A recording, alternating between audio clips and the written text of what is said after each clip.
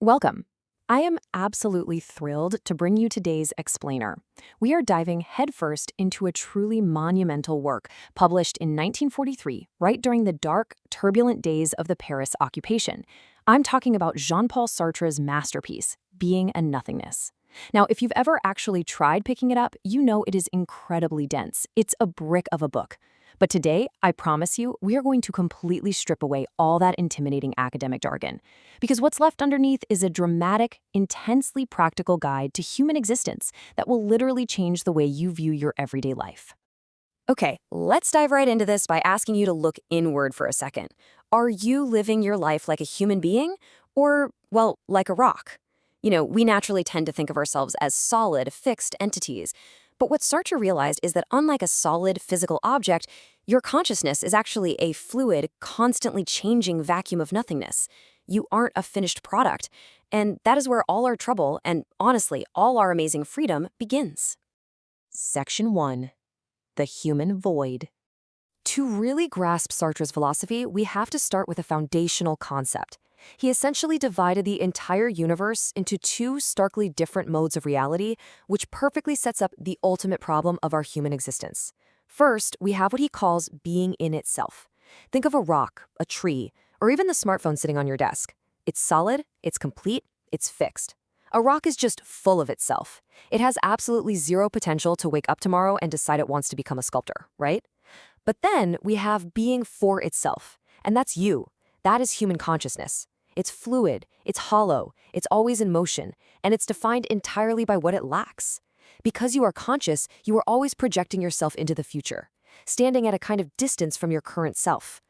So, what does this hollow nothingness actually feel like in real life? Sartre gives us this brilliant breakthrough idea through a super relatable scenario, the café of absence. Imagine arriving late to a bustling Parisian café to meet your friend. You walk in, and as you scan the busy room, all the physical objects, the tables, the patrons, the smell of the coffee, they all just fade into this blurry background. Why? Because your mind is actively looking for Pierre. And since he isn't there, you don't just think a cold, logical sentence like, Pierre is not here. You actually experience Pierre's absence as a physical, tangible shadow in the room. A rock can't experience absence. Only human consciousness can look at a cafe or, a bank account or a relationship and literally create and feel a lack. Section 2. Escaping through bad faith. But here's the catch. Having this fluid, choosing consciousness that constantly recognizes what's missing, it isn't easy. Having absolute freedom naturally produces a profound, frankly terrifying anxiety. And to desperately escape that anxiety, enter one of Sartre's most famous concepts, bad faith, or mauvaise foi. Bad faith is our ultimate defense mechanism. It's the act of lying to ourselves to escape the terrifying burden of absolute freedom by basically pretending to be an object. We pretend we're these fixed, blameless things with predetermined paths, all just to avoid the overwhelming responsibility of making our own daily choices. To illustrate this, Sartre paints a vivid, almost comical portrait of a cafe waiter. You can almost see the man working, right? His movements are just a little too precise. He bends forward with his exaggerated politeness. He balances his tray with a daring, theatrical flair. He walks with quick, robotic steps. Sartre realized this waiter is putting on a performance. He's playing a game. He's trying to convince himself that he is a waiter in the exact same way a rock is a rock.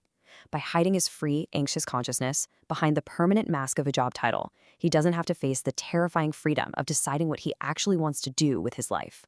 He gives us another stunning, somewhat uncomfortable portrait of bad faith. Imagine a woman on a first date. The man suddenly takes her hand. Now, this physical gesture demands a choice, right? She must either consent to the advance or reject it. To avoid the intense pressure of this romantic decision, she literally splits herself in two. She treats her physical hand resting in his as a mere inanimate piece of wood, just left on the table, while her true self escapes into this highly detached, intellectual conversation about the soul. She is actively choosing to leave her hand there, but she's in bad faith, pretending she's just a passive object so she doesn't have to take responsibility for the moment. Living authentically requires walking what we can call the tightrope of identity. On one side, you have facticity. These are the unchangeable physical facts of your existence, your DNA, being born in 1995 in Paris, or even your past actions, like, say, being a thief. On the other side, you have transcendence, your ability to project into the future, make choices, and assign meaning to those facts. If you just say, well, I am a thief, I can't help it, you're a helpless fatalist living in bad faith. But if you say, I'm a brilliant novelist, but you've literally never written a word, you're a groundless daydreamer, completely ignoring your facticity. True authenticity requires balancing both, accepting your unchangeable facts, but avoiding those traps by using your transcendence to freely choose your future. Section 3. The threat of others.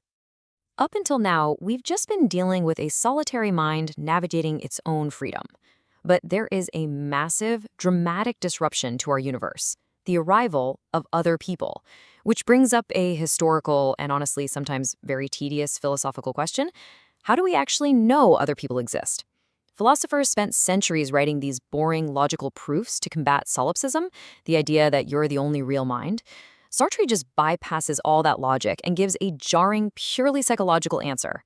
We know other people exist because we suddenly, viscerally, feel shame in front of them. Picture this. A man is crouching in a hallway, spying through a keyhole into a private room. At first, he is the undisputed master of his universe. He is a pure, free subject, completely absorbed in what he's watching.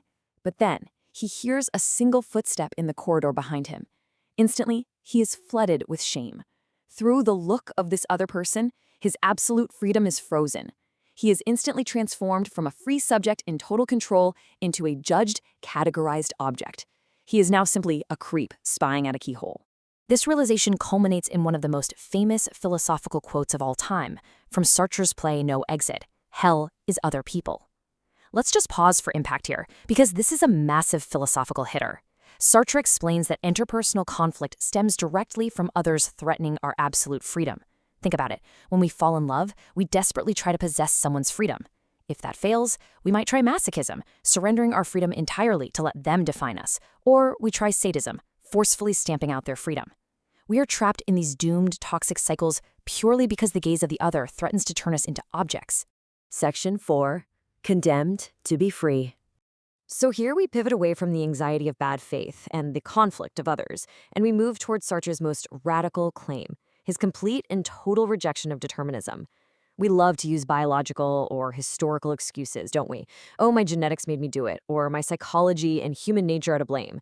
Sartre says, absolutely not. Those are just excuses. Because we are thrown into this world, we have total, inescapable responsibility.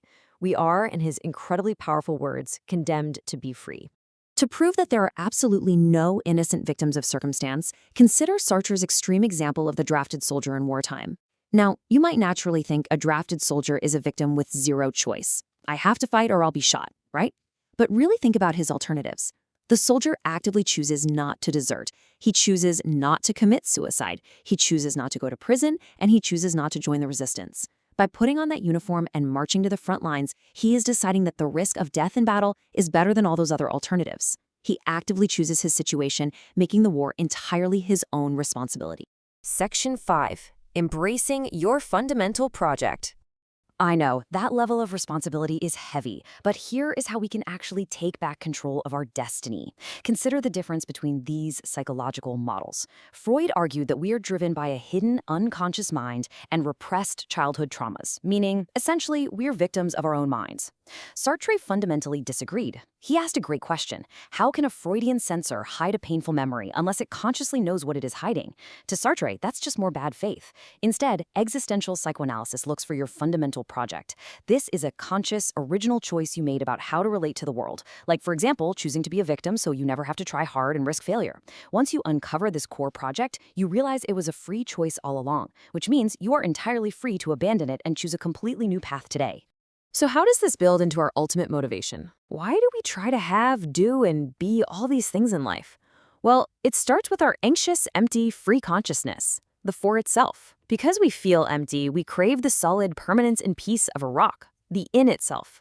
We think buying that solid house or securing that rigid job title will finally make us feel solid.